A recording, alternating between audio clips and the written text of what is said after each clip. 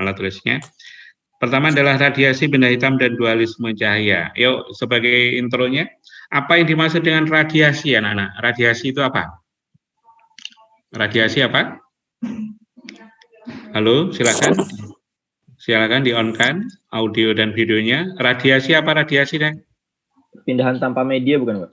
Perpindahan antar medium. Radiasi itu adalah pancaran ya, perpancaran yang tidak harus diikuti dengan medium. Artinya ada medium bisa, tanpa ada medium pun juga bisa. Nah, jadi mindset kita pertama adalah radiasi, yang berarti adalah pancaran. Nah, sekarang benda hitam. Apa yang dimaksud dengan benda hitam? Ya, oke, saya tidak akan banyak menanyakan, tapi pahami apa yang dimaksud benda hitam itu nanti apa. Oke, nah sekarang pembahasan ini kita mulai dengan suatu kejadian sehari-hari yang biasa kita dapatkan, barangkali ini sejak kecil ya kita peroleh atau kita peroleh, tapi kadang kita nggak ngeh itu maksud fisikanya di apa. Perhatikan, pada saat di siang hari kita akan memakai baju warna gelap, maka kita akan merasa lebih panas dibanding kalau kita memakai baju berwarna yang tidak gelap. Nah, kenapa seperti itu? Kenapa seperti itu? Penjelasannya ya sederhana tapi dimengerti, sehingga nanti pada saat Anda diskusi dengan teman ataupun dengan dosen, jadi penjelasannya betul-betul yang Anda untuk kemukakan itu ya istilahnya oke gitu ya. Oke. Ya, perhatikan. Permukaan benda berwarna hitam akan menyerap kalor lebih cepat dari permukaan yang berwarna cerah. Tolong dituliskan ini. Permukaan benda yang berwarna hitam menyerap kalor lebih cepat dari permukaan yang berwarna cerah. Oke, konsepnya itu aja.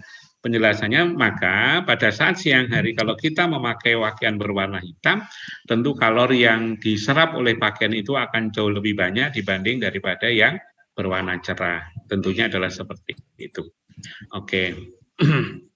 Nah, maka dari sini harus kita pahamkan adalah jika kain yang berwarna hitam itu lebih cepat untuk menyerap kalor, maka pada prinsipnya permukaan hitam itu pun juga akan lebih cepat untuk memancarkan kalor kembali, lebih cepat memancarkan kalor. Makanya pada saat kita berpakaian, kalau diserap saat itu juga dipancarkan, dan saat dipancarkan itu mengenai daripada tubuh kita. Itulah yang kita rasakan, dia akan jauh lebih panas dibanding dari yang berwarna terang. Oke, agak cepat ya. Perhatikan, jadi benda yang permukaannya gelap atau hitam akan mudah menyerap kalor dan mudah pula memancarkan. Perhatikan kalimatnya ini. Benda yang permukaan gelap atau hitam akan mudah menyerap kalor dan mudah untuk memancarkan. Silakan dipahamkan kapan benda itu akan menyerap kalor. Tolong ditulis. Benda akan menyerap kalor jika suhu benda lebih rendah dari lingkungan. Ayo ditulis. Jadi benda akan menyerap kalor jika suhunya lebih rendah dari lingkungan. Dan sebaliknya benda akan memancarkan kalor jika suhunya lebih tinggi dari suhu lingkungan. Jika suhunya lebih tinggi dari suhu lingkungan. Nah, jadi dari sini anak-anak mindsetnya udah paham ya. Kapan menyerap dan kapan mengalor, intinya pada benda itu, kalau dia suhunya lebih tinggi ya berarti benda itu memancarkan. Dan kalau suhunya benda lebih rendah, tentu benda itu akan menyerap kalor. Oke? Bisa dipahami dari sini? Bisa, Pak. Bisa? Bisa ya? Oke, pintar. Yuk, agak cepat, ekspres.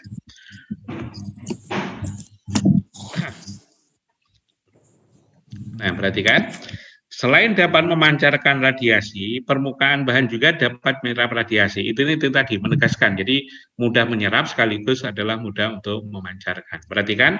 Kemampuan bahan untuk menyerap radiasi tidak sama. Kalimat ini jangan salah persepsi. Pengertian kemampuan bahan menyerap radiasi tidak sama artinya adalah antara bahan baja, bahan aluminium, kayu, besi tentu akan mempunyai daya serap dan pancar yang berbeda-beda. Jadi intinya di sana. Jadi pengertian bahan menyerap tidak sama itu maksudnya antar bahan, atau dengan kata lain daya serap atau pancar tergantung daripada jenis bahan atau karakteristik daripada zat atau benda tersebut. Oke. Nah, yang perlu digarisbawahi adalah semakin mudah bahan menyerap radiasi, maka semakin mudah pula bahan itu memancarkan radiasi. Intinya di sana. Jadi semakin dia kuat menyerap, maka pada prinsipnya juga semakin kuat untuk memancarkan kembali atau menyerap. Nah, bahan yang mampu menyerap seluruh radiasi disebut dengan benda hitam. Tolong dituliskan itu. Nah, jadi pengertian benda hitam itu adalah benda yang mudah menyerap radiasi atau pancaran kalor. Maka judulnya tadi adalah radiasi benda hitam. Berarti adalah pancaran atau radiasi dari benda yang mudah untuk menyerap kalor. Dan sekaligus harus dipahami, benda mudah menyerap kalor juga mudah untuk apa tadi? Memancarkan. Memancarkan. Dan kapan akan menyerap atau memancarkan?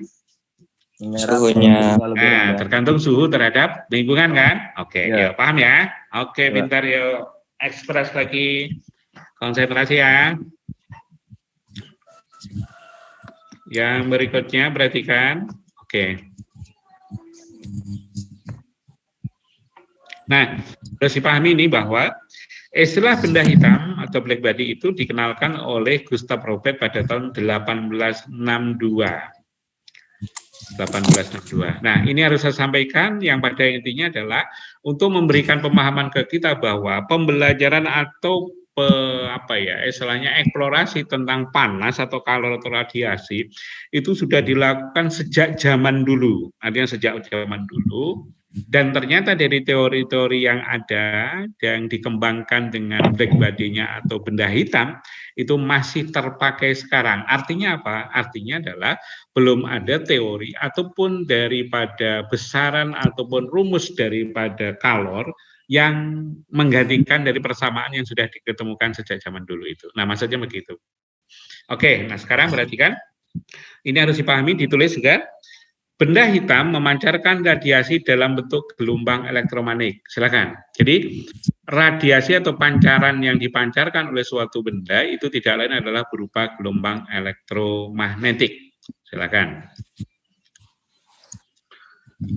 Jadi pancarannya atau radiasinya adalah berupa gelombang elektromagnetik. Oke, tes case sekarang. Yo, sahabat ingat. Oke, silakan Pak. Berarti kalau namanya radiasi itu gelombangnya selalu elektromagnetik ya, Pak? Ya, jadi semua gelombang elektromagnetik. Oke, diingatkan spektrum gelombang elektromagnetik. Ayo, apa saja spektrum gelombang elektromagnetik itu? Yuk, dimulai dari frekuensi yang paling besar ke frekuensi yang paling kecil. Urutannya apa saja? Ayo. Yang ingat, ayo. Sinar apa? Gamma. Oke, yuk silakan ditulis. Pertama adalah sinar gamma. Benar. Tulis sinar gamma, sinar X. Sinar X. Ultraviolet, kemudian ultraviolet, kemudian cahaya tampak, inframerah, gelombang mikro dan gelombang radio. Oke, gelombang mikro dan gelombang radio. Perhatikan, kalau kita sekarang bisa pakai Zoom komunikasi itu terkategori dia masuk di dalam gelombang radio, spektrumnya gelombang radio. Perhatikan. Dari gamma sampai gelombang radio tadi urutannya frekuensinya dari apa ke apa, Nak? Besar ke kecil. Dari besar ke kecil. Oke, sekarang untuk cahaya tampak dituliskan spektrum cahaya tampak. Spektrum cahaya tampak melewati Mexico Hibiniu. Apa itu? Merah. Mendapatkan ya? Oke, silakan ditulis Mexico Hibiniu. Perhatikan, kalau untuk cahaya tampak dari merah ke ungu itu adalah dari frekuensi kecil ke frekuensi besar. Hati-hati, jangan kebalik. Kalau Mexico Hibiniu itu berarti dari frekuensi kecil ke besar. Dengan kata lain, frekuensi merah dengan ungu yang paling besar siapa? Ungu. Siapa? Ungu. Yang panjang gelombangnya paling kecil siapa? Ungu. Jadi ingat, kalau frekuensinya besar, banyak gulanya kecil ya. Oke, ya. Tip. Terus kemudian berikutnya, gelombang radiasi gelombang yang dipancarkan benda hitam tergantung pada suhu benda. Silakan ini ditulis juga, diberi catatan. Pengertian tergantung dari suhu benda. Jadi panjang gelombang atau gelombang elektromagnetik yang dipancarkan itu tergantung suhunya. Maka mindsetnya harus kita bangun, kalau benda itu suhunya T1 berarti ya gelombangnya, spektrumnya spektrum pertama. Kalau gelombangnya T2 ya berarti spektrumnya akan berbeda lagi, begitu maksudnya. Oke. Ya, sudah ya. Oke, kita lanjutkan ya.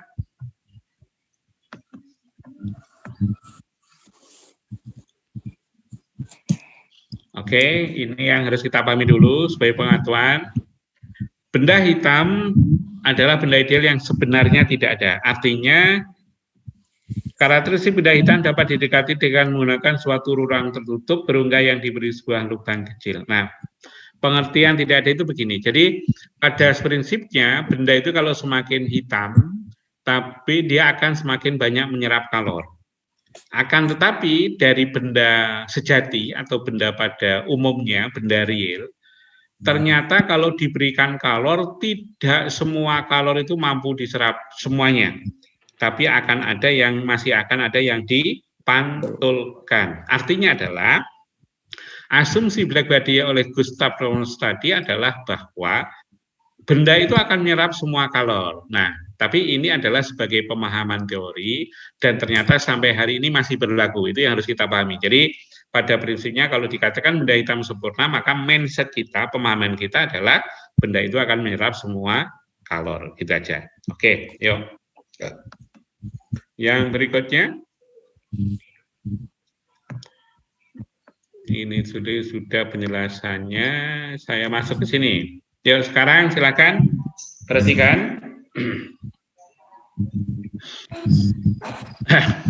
Kita sekarang adalah berbicara intensitas.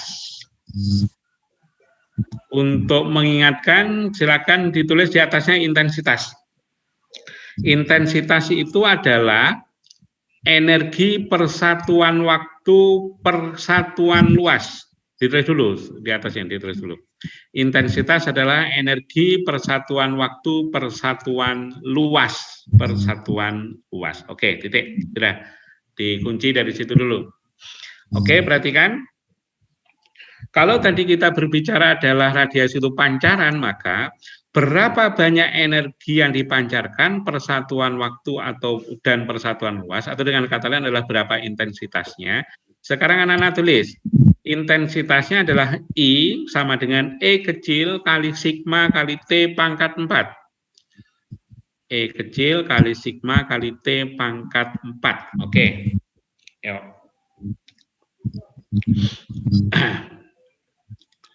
Perhatikan, setelah ditulis, Bapak jelaskan dari sini.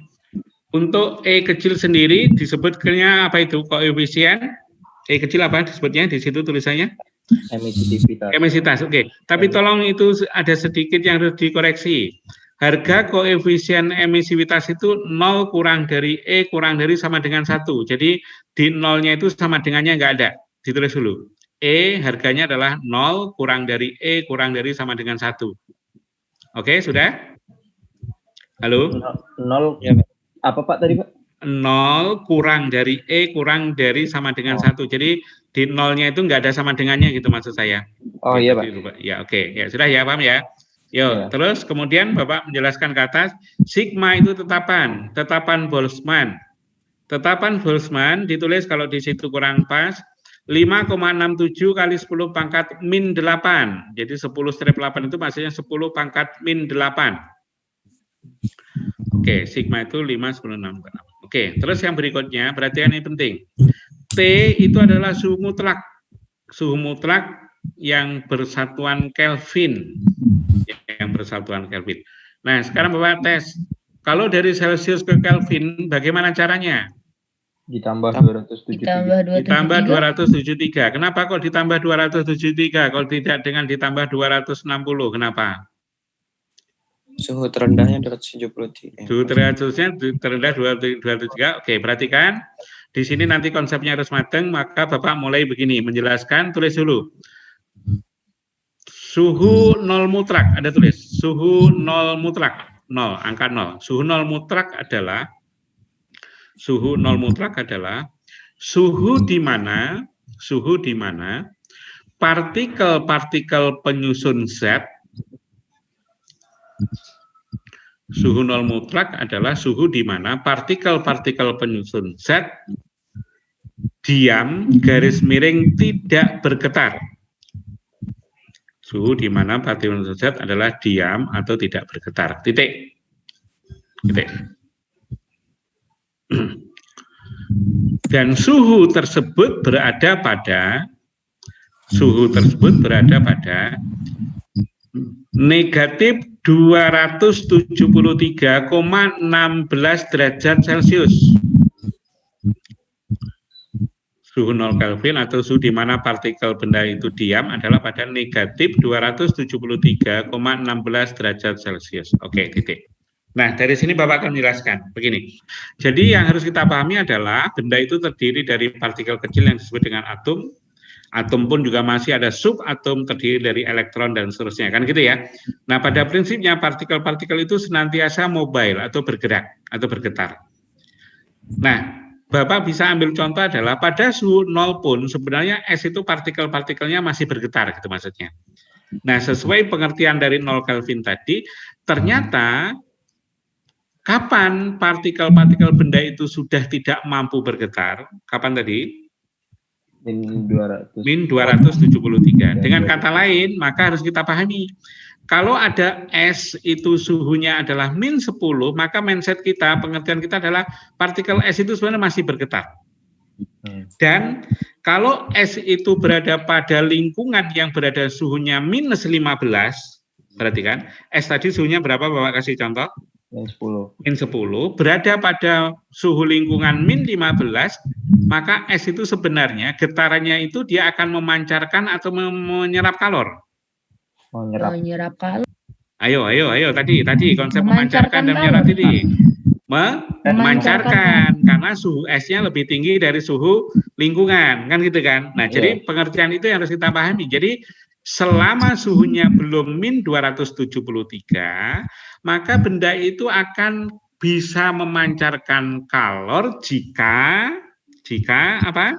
Suhunya lebih tinggi. Suhunya lebih tinggi dari lingkungan dan sebaliknya, gitu ya. Oke. Nah, sekarang perhatikan di sini. Maka itulah ceritanya kenapa pada Celcius kita merubahnya ke Kelvin adalah pada ditambah dengan 273. Itu yang pertama. Pak. Yang kedua, intensitas itu sebanding dengan T pangkat 4 dan sebanding dengan E kecil atau emisivitas. Oke. Betul?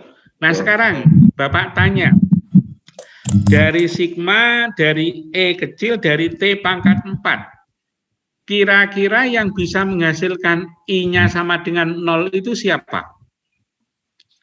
Intensitasnya sama dengan 0 siapa? Siapa? T-nya. T-nya, pinter. Jadi dengan kata lain, pemahaman kita adalah maka benda itu sudah tidak meradiasikan lagi jika dan hanya jika kalau suhunya berapa? 0 Kelvin. Nah, maka itulah ceritanya kenapa koefisien emisivitas itu harganya tidak boleh sama dengan 0. Gitu maksudnya. Sekarang kita balik. Kalau E-nya 0, misal ya, ini harus misal. E kecilnya 0, tapi T-nya 100. Apakah I-nya? Dijawab. E kecilnya 0, tapi T-nya 100. Apakah I-nya tidak 0? Enggak tahu, Pak. Tidak. 0. Enggak bisa. 0 kan? Tetap 0 kan? Nah, artinya adalah padahal kapan dia tidak meradiasikan ya kalau suhunya yang 0, gitu kan? Aktivitas sekali lagi, itu pertanyaan konsep dan sering dimunculkan itu. Banyak menuliskan adalah 0 kurang dari sama dengan E, tapi itu salah ya. Yang betul adalah 0 kurang dari E tadi. Oke? Ya, sudah. Jadi intensitas itu suhunya adalah harus Kelvin, sudah dijelaskan. Karena kita berprinsipnya adalah sifat partikel dan kemudian emisivitas itu harganya adalah lebih dari. Tadi disebutkan radiasi dari benda hitam itu berupa apa? Berupa apa tadi? Elektromagnetik.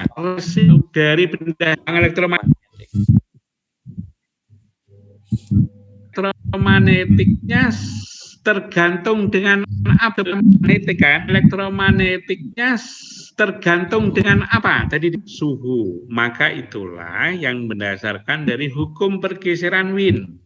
Sekarang Wien itu berpikirnya adalah berapa panjang gelombang atau apa jenis panjang gelombang atau apa jenis gelombang elektromagnetiknya yang dipancarkan oleh suatu benda yang bersuhu T. Maka Anda tulis persamaan pergeseran Wien lambda M konstanta Wien. Silakan dituliskan dulu.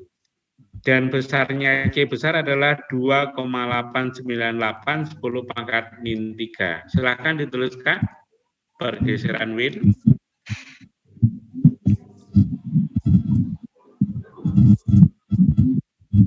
Win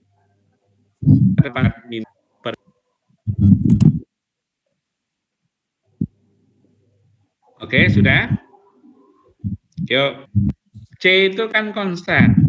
Pertanyaannya, kalau T-nya besar, suhunya besar, lambda M-nya bagaimana? Halo, matematiknya?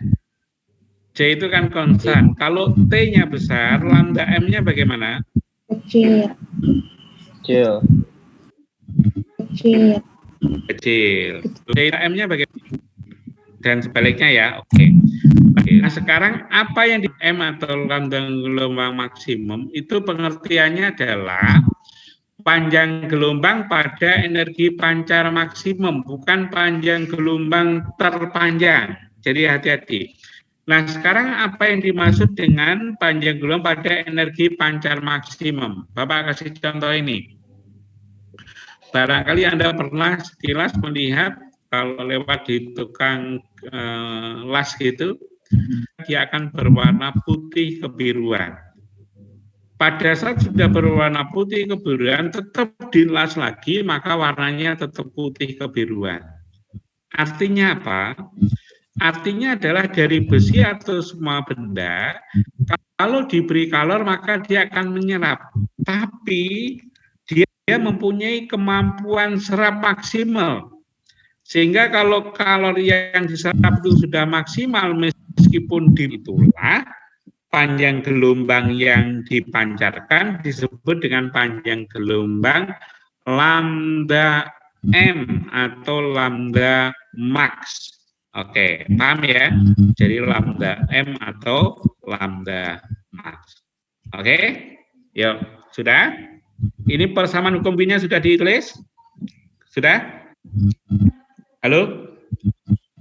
Sudah ya? Oke, yuk sekarang teori yang baru lagi Anda tulis sekarang.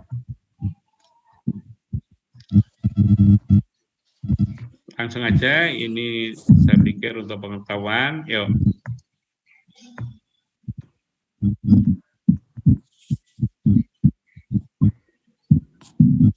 Nah, sekarang kita masuk di hukum radiasi Planck. Anda tulis hukum radiasi Planck. Bapak diktekan dari sini.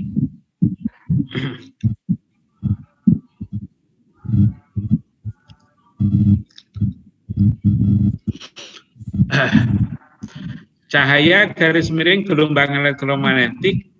Anda tulis cahaya garis miring gelombang elektromagnetik. Gelombang elektromagnetik.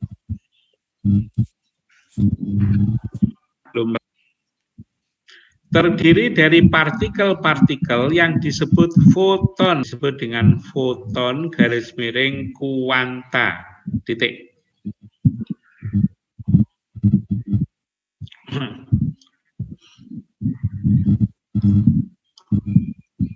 Terus berikutnya, yang disebut apa Pak tadi Pak? Setiap satu foton,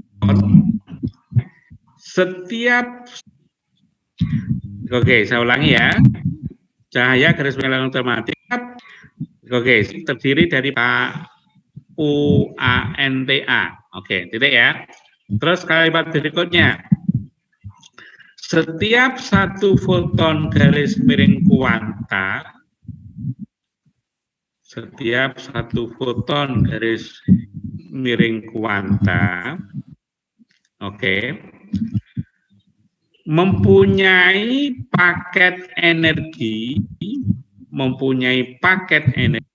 sama dengan HF.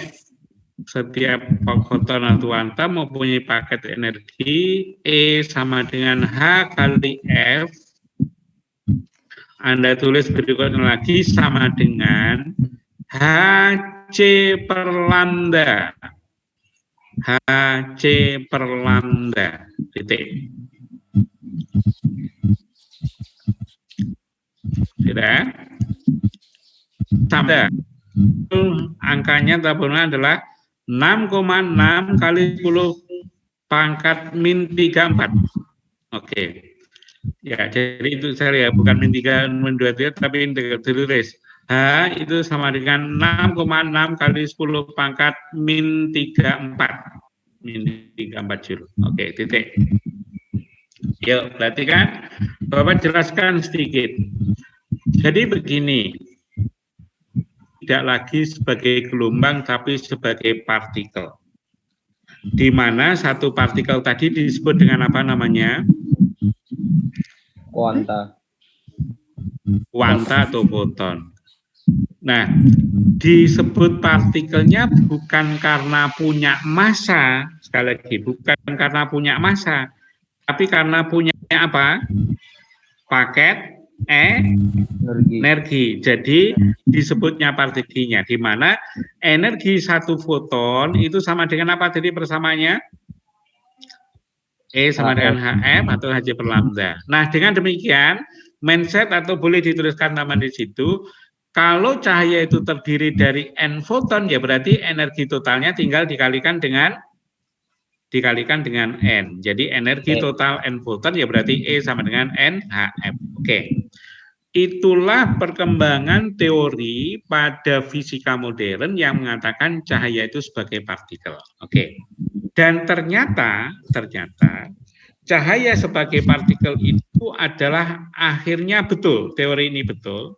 Betulnya ini adalah karena apa? Karena peristiwa yang disebut dengan efek fotolistrik. Anda tuliskan sekarang, diberi jarak 2 baris bawahnya, efek fotolistrik. Disebut dengan efek fotolistrik.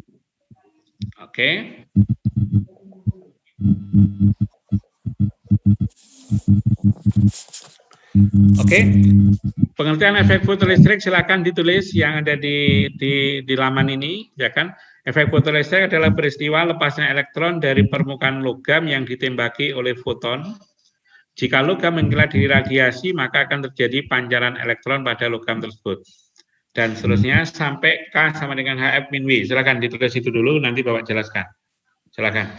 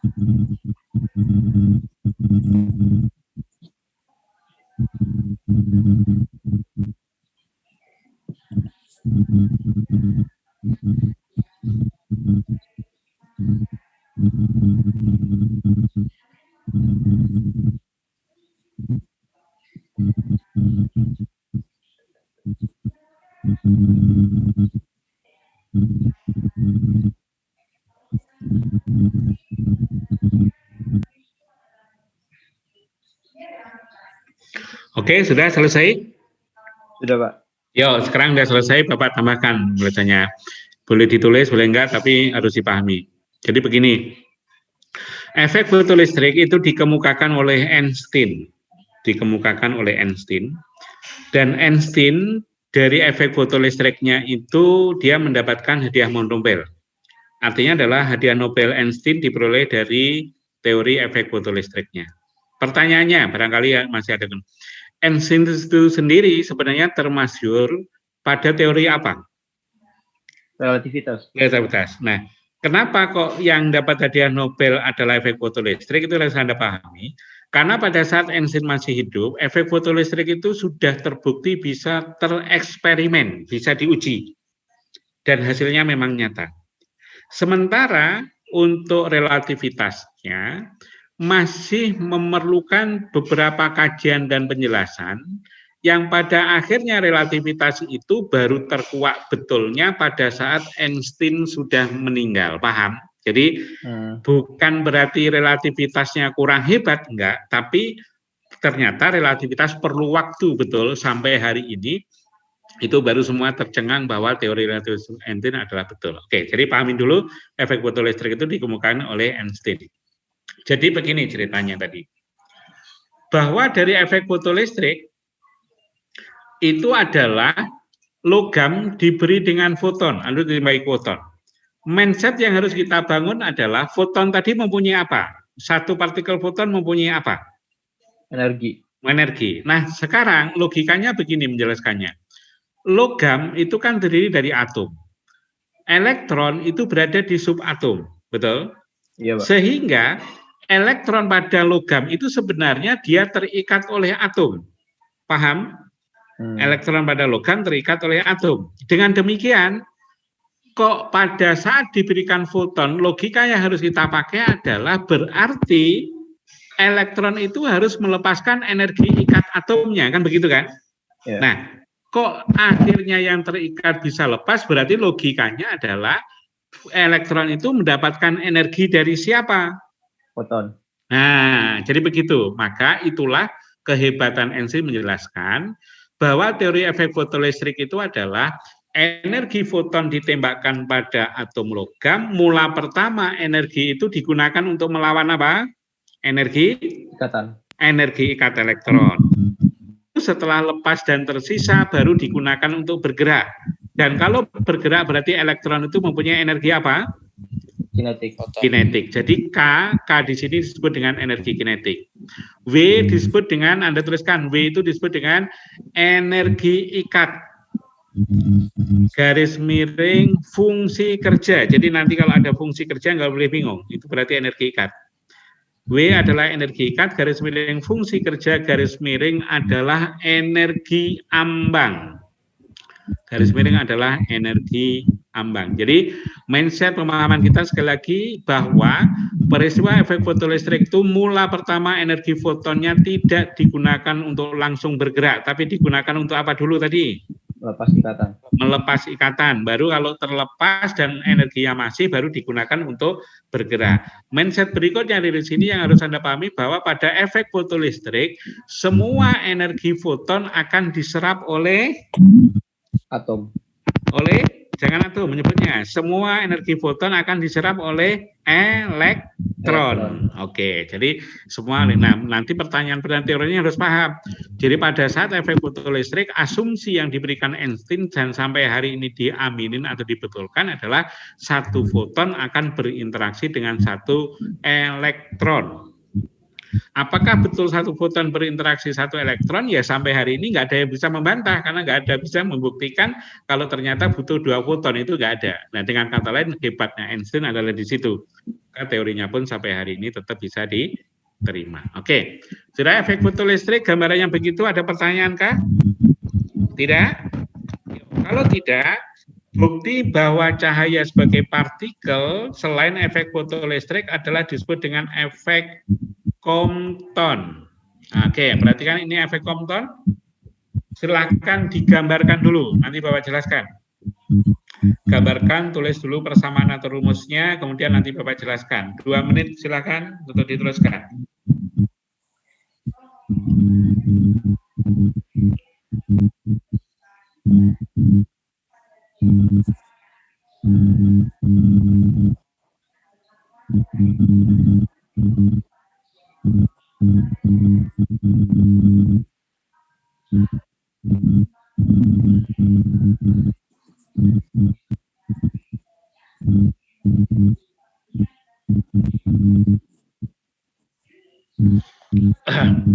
Oke, sudah?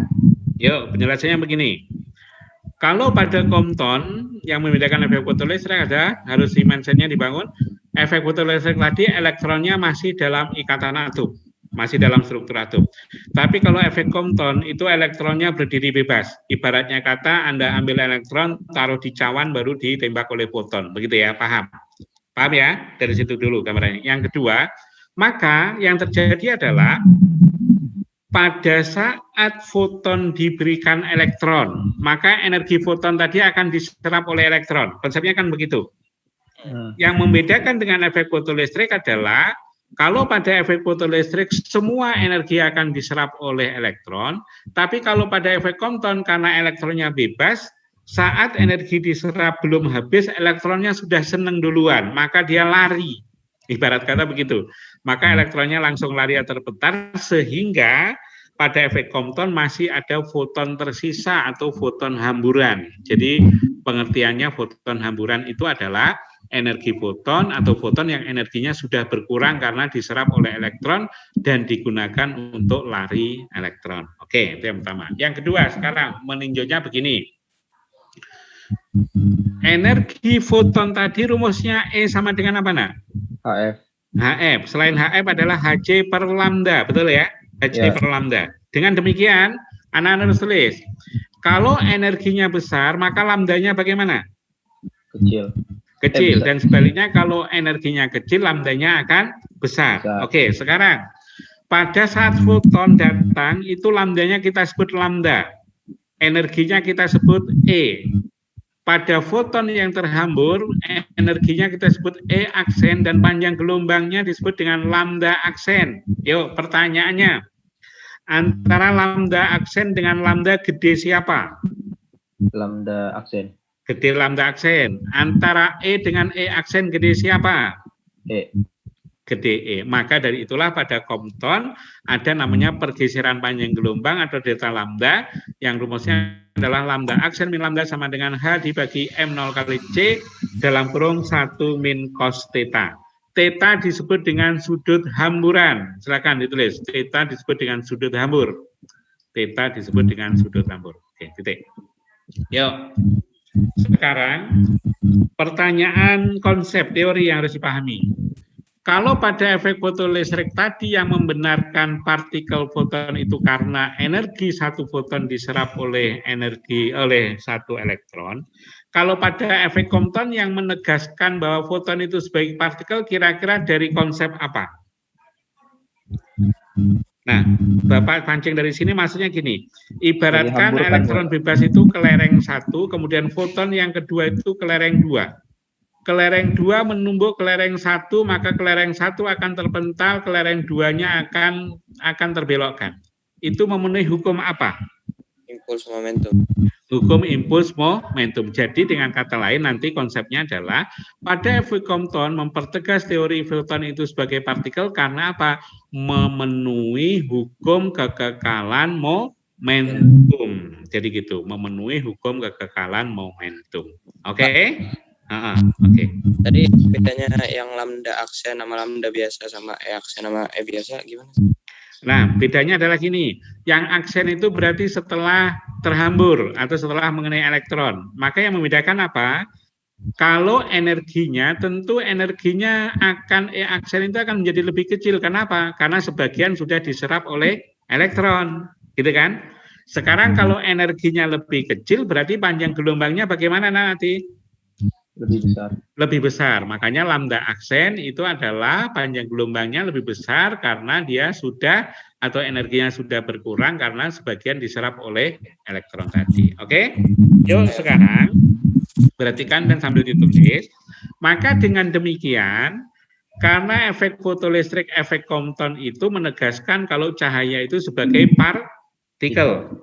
Tapi cahaya juga sebagai gelombang. Ayo, bagi yang lupa harus dituliskan. Apa bukti cahaya itu sebagai gelombang? Ya buktinya dia mengalami fenomena gelombang. Berapa fenomena gelombang itu? Ya dapat dipantulkan. Jelas. Jadi fenomena gelombang atau gejala gelombangnya ya dapat dipantulkan, dapat dibiaskan, dapat dibelokkan garis miring difraksi, dapat digabungkan garis miring superposisi yang menghasilkan interferensi, kemudian kalau cahaya adalah dapat mengalami polarisasi. Oke. Nah, dengan demikian di era fisika modern, eranya Einstein, maka semuanya akan sepakat kalau cahaya atau gelombang elektromagnetik itu mempunyai dua sifat, yakni sebagai sifat apa? Gelombang dan juga sebagai sifat partikel. Kalau ditanya bukti sebagai sifat partikelnya adalah dari peristiwa efek fotolistrik dan efek Compton. Kalau sebagai gelombang yang tadi mengalami fenomena gelombang. Yang seperti itulah maka akhirnya disebut dengan dualisme gelombang cahaya. Oke, jadi pengertian dualisme gelombang cahaya berarti cahaya sebagai partikel dan juga sebagai gelombang. Oke, dari sini dulu. Ada pertanyaan kah? Itu yang dualisme itu cuma gelombang cahaya apa semua gelombang, Pak? Pada prinsipnya ingat, kalau kita lihat spektrum gelombang elektromagnetik tadi, cahaya termasuk bagian dari gelombang elektromagnetik kan? Iya, Pak. Dengan demikian pada prinsipnya akhirnya yang mengalami dualisme tidak lain gelombang cahaya tapi adalah semua gelombang elektromagnetik. Contohnya gelombang radio itu juga sebagai gelombang, tapi dia juga memancarkan foton juga sebagai partikel. Jadi anak-anak bagus, pinter, mindsetnya dibangun dari cahaya dulu, ternyata setelah itu ditarik bahwa itu adalah untuk semua gelombang elektromagnetik. Oke, pinter, yuk.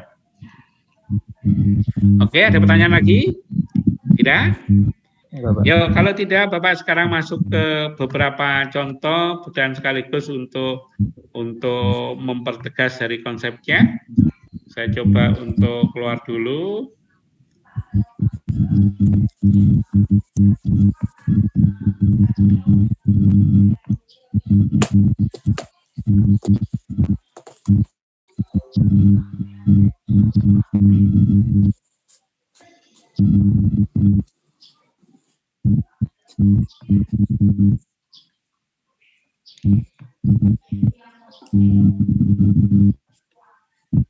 Oke. Ya boleh sekarang dimulai untuk memperlancar dari konsepnya tadi. Ingat intensitas tadi adalah sebanding dengan T pangkat 4 ya. Kemudian P, kalau P itu adalah daya, kalau daya itu berarti tinggal intensitas kali luas, hati-hati. Tadi intensitas kan daya per satuan luas. Maka kalau dibalik berarti daya adalah intensitas. Maka kalau P, daya berarti harus ada luasnya. Oke, yuk sekarang perhatikan semuanya semangat. Siap-siap pulpennya, yuk silakan. Wah ini sudah ada jawabannya E, tapi harus bisa ngitung. Nah perhatiannya gini, yuk nomor 1. Benda hitam pada suhu 27 memancarkan energi R, maka benda tersebut dipanaskan hingga 327, energi yang dipancarkan akan menjadi berapa? Halo, analisanya sederhana.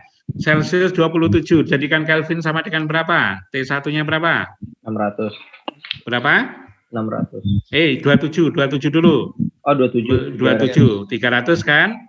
Terus kemudian kalau yang 327 T2-nya berarti menjadi berapa?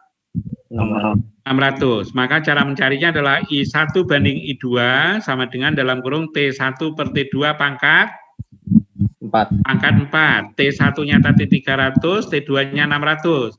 300 per 600 disederhanakan dulu berarti berapa? 300 setengah kan? Nah, setengah pangkat 4 berarti sama dengan berapa? 16.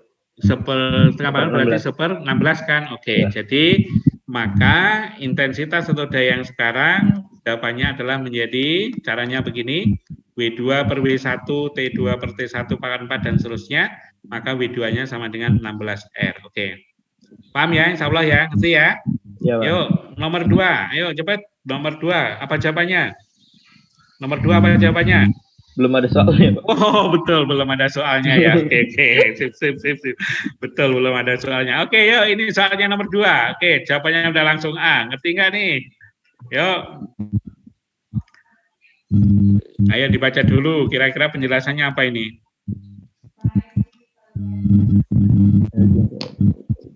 Bukankah nomor 2 itu adalah sama persis dengan nomor 1, cuma dibalik. Kalau tadi adalah T-nya, sekarang yang diketahui adalah W-nya, gitu kan? Atau I-nya. Oke, masih pintar, harus pintar. Oke. Nah, sekarang ini. Yuk, nomor 3. Nomor 3. Ya, silakan dikerjakan nomor 3. Oke. Hati-hati di sini, Bapak antarkan. 2 bola sejenis berbeda ukuran, energi sama besar ke sekitarnya. Jika bola-bola berjari R bersu T, maka bola B berjari-jari 2R kan.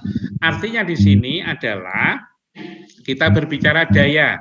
Kalau daya tadi selain T harus ada apa tadi, Nak? Selain T ada A. Sekarang ingat, kalau bola, Bapak ingatkan, luasnya tidak lain adalah luas permukaan bola. Luas permukaan bola itu rumusnya apa? 4πr kuadrat. Oke, 4πr. Silakan diselesaikan. Yuk, 2 menit harus selesai. Nomor 3. Maka bola B itu suhunya akan menjadi berapa? Yuk, silakan dihitung. Coretin dulu, Nak.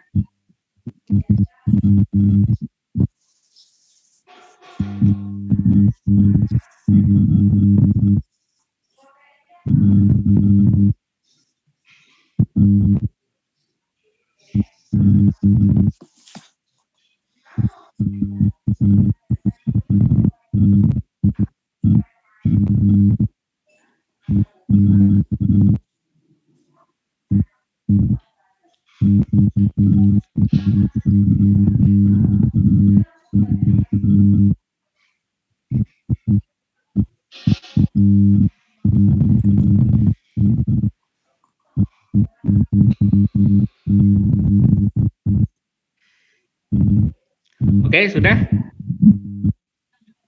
Ayo bro, ketemu yang mana bro?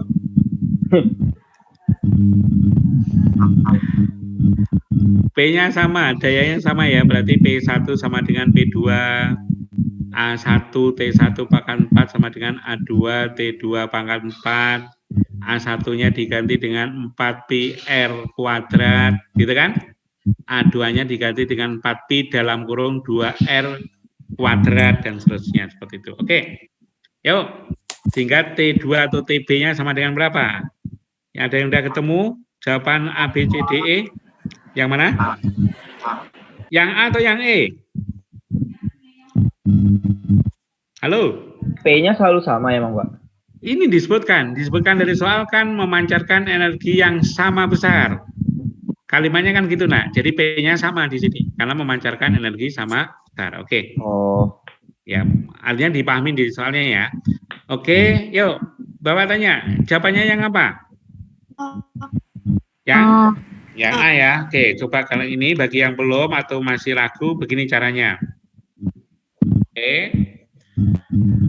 Nah, Bapak jawabannya A, tapi begini, A itu membacanya adalah T kali 1/4 pangkat 1/4. Jadi bukan T-nya yang pangkat 4 ya, bukan T-nya yang pangkat 4, betul ya. Jadi T-nya tetap T kali 1/4 akar 1/4. Itu. Oke. Sudah? Paham ya? Paham, yuk, pinter. Oke, sudah? Yuk, kalau sudah, kalian masuk di konsep berikutnya. Yang ini adalah tadi T1, T2, saya pikir ini gampang, tetap perbandingan, harus bisa, nanti ini saya share juga ke Anda. Kita masuk di hukum pergeseran Wien. Ayo. Oke, silakan nomor 1. Nomor 1, mana yang betul? Di antara 1, 2, 3, 4. Ayo, dari rumus yang Wien tadi. Silakan. Ayo semua aktif untuk mencoba menjawab. Nomor 1 dulu.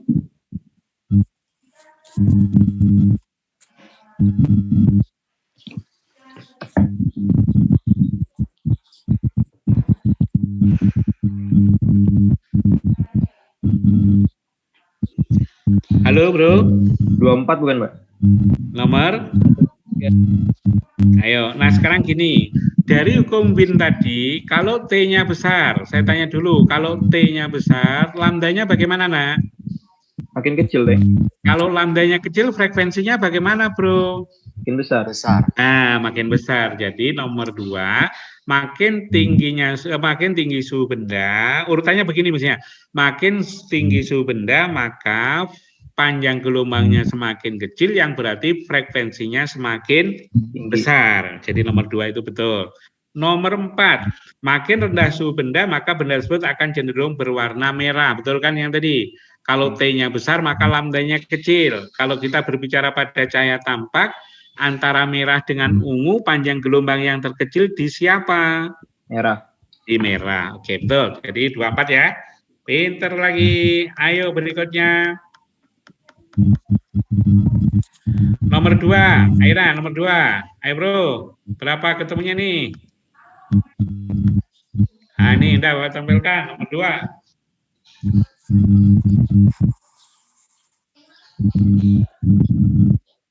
Ayo cepet. Gampang ini.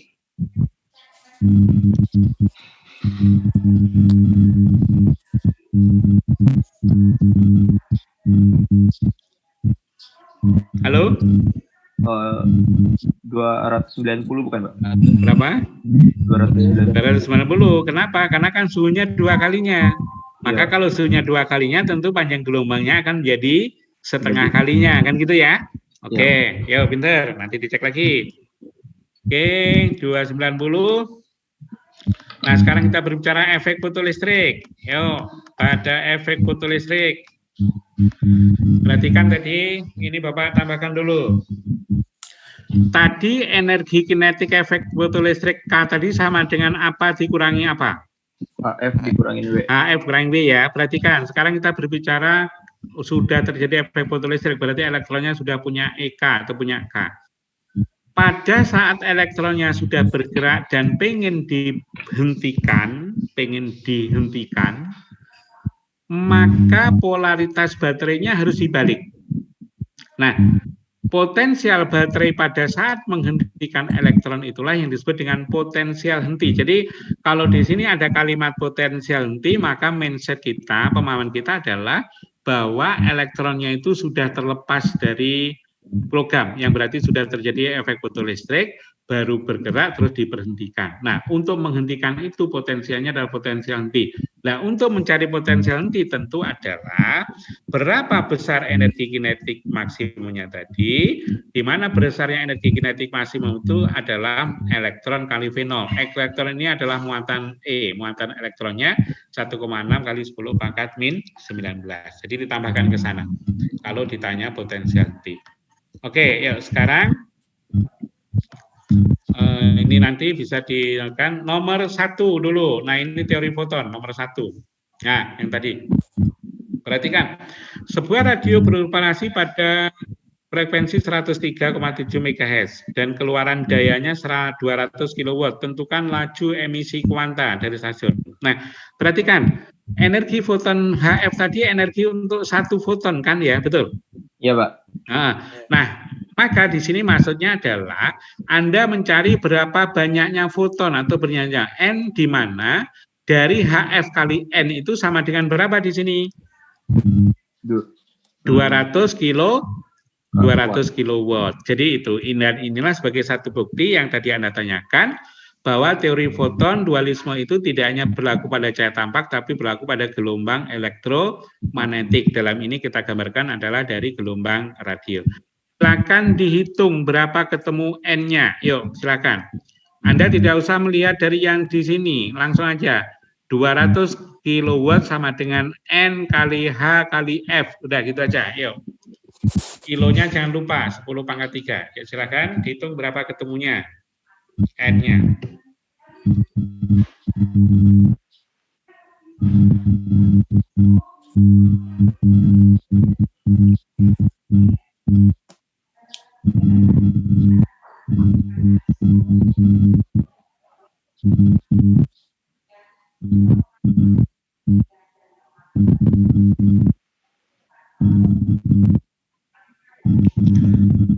Oke bro, berapa bro? Belum, Pak. Oh belum, ya sudah, saya tunggu ya, silakan.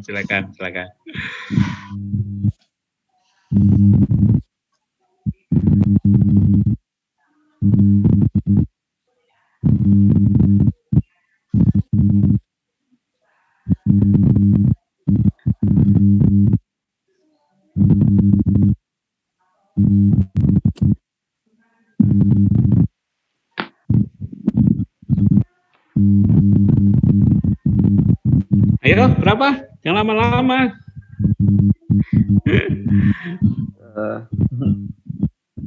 Ini tanya. Kira-kira deh, paling enggak 10 pangkat berapa gitu?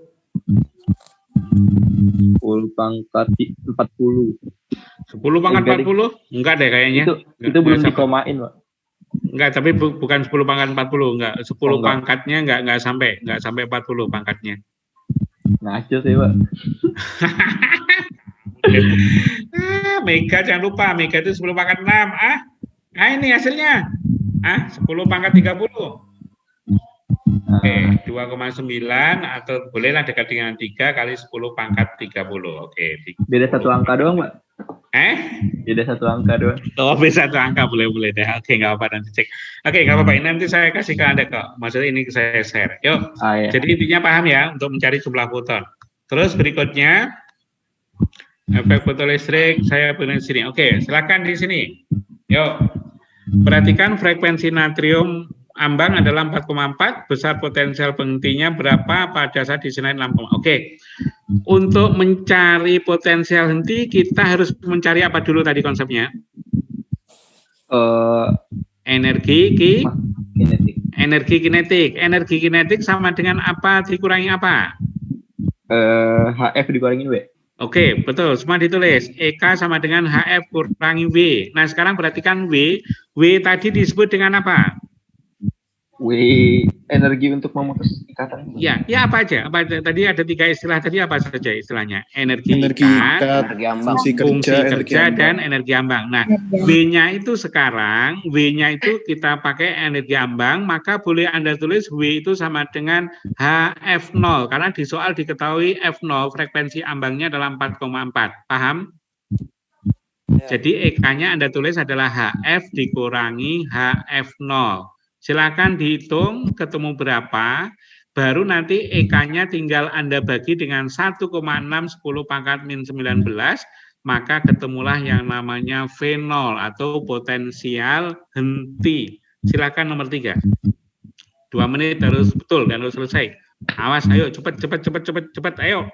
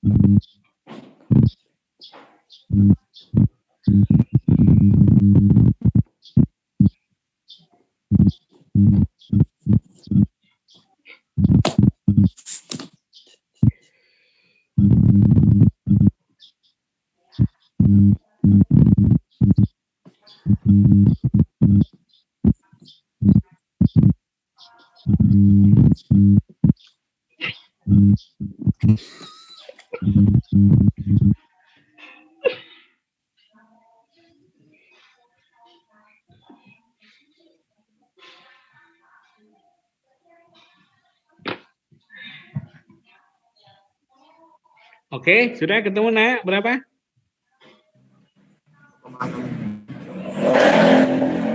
Halo, berapa? Berapa guys? 0,66 Pak. 0,66. Oke, betul 0,66 ya. Caranya tadi ya, cari EK-nya dulu.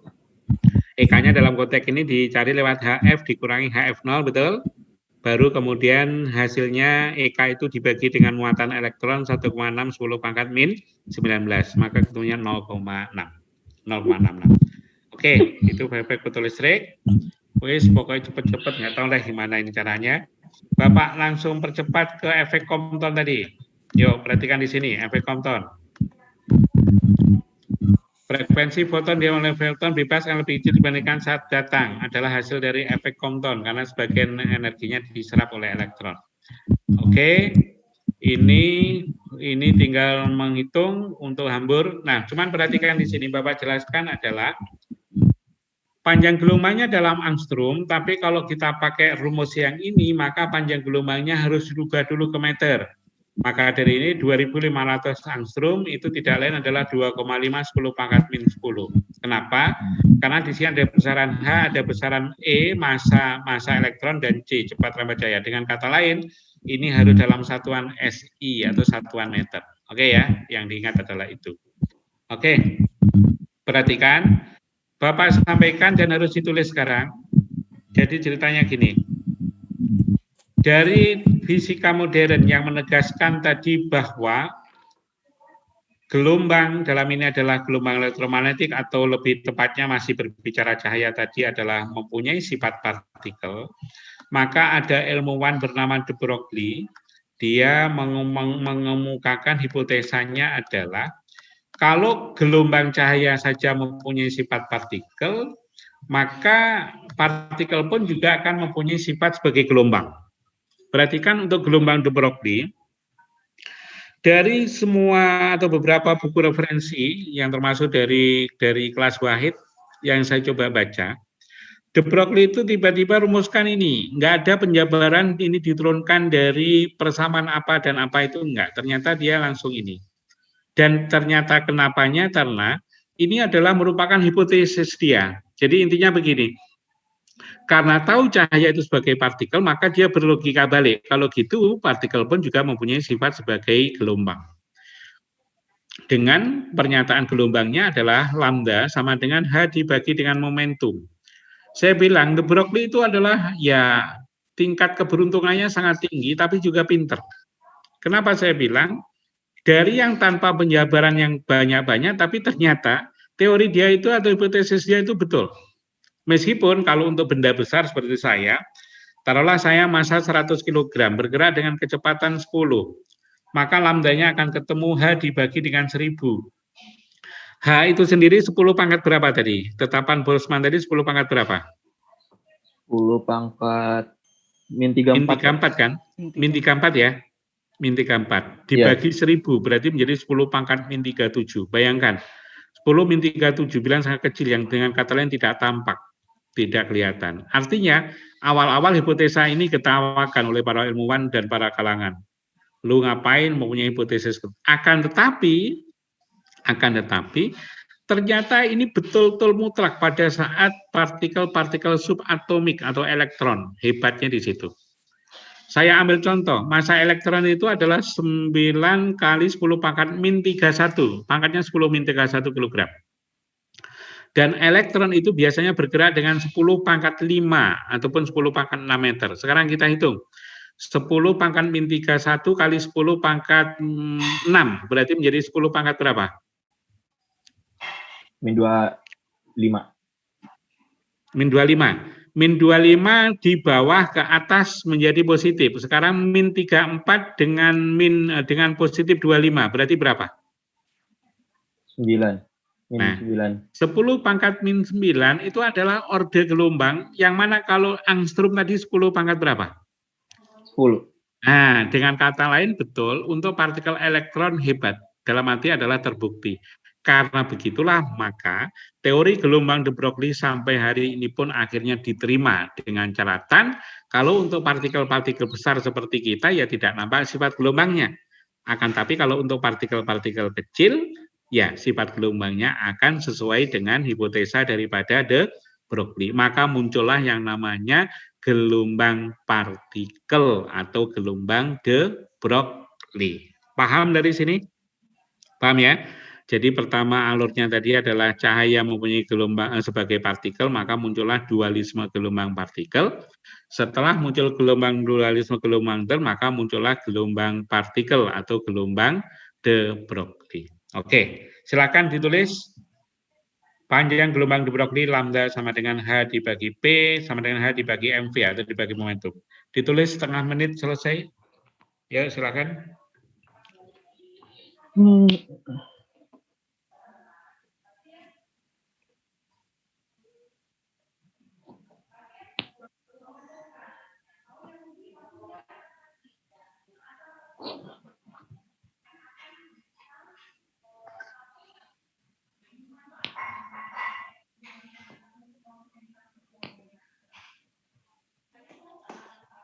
Oke, sudah ya. Sekarang Anda tambahin naik di bawahnya.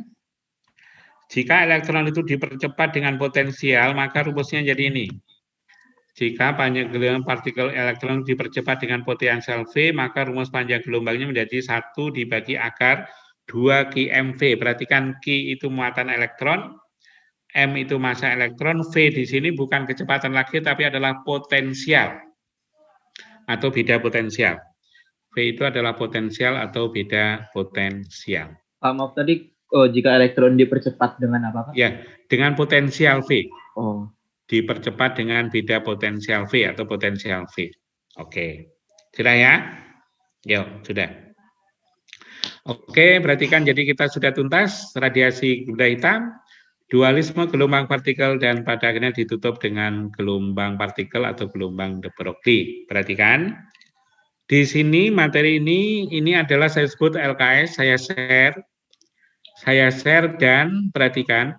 Anda bisa pahami, maka permainannya begini. Permainan dalam arti tugasnya adalah nanti dari materi ini jangan ditutup dulu karena saya share-nya lewat via Zoom di sini.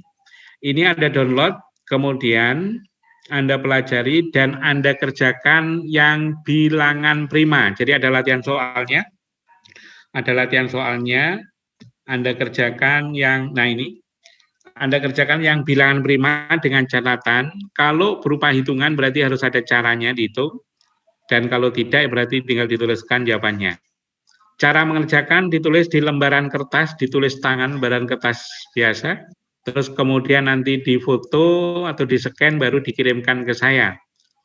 Saya berharap Anda masing-masing kelas membuat grup, sehingga nanti mengirimkannya adalah via grup per kelas. Jadi silakan saya dimasukkan di situ di grup IPA 1, di grup IPA 2 dan grup IPA 3. Supaya apa?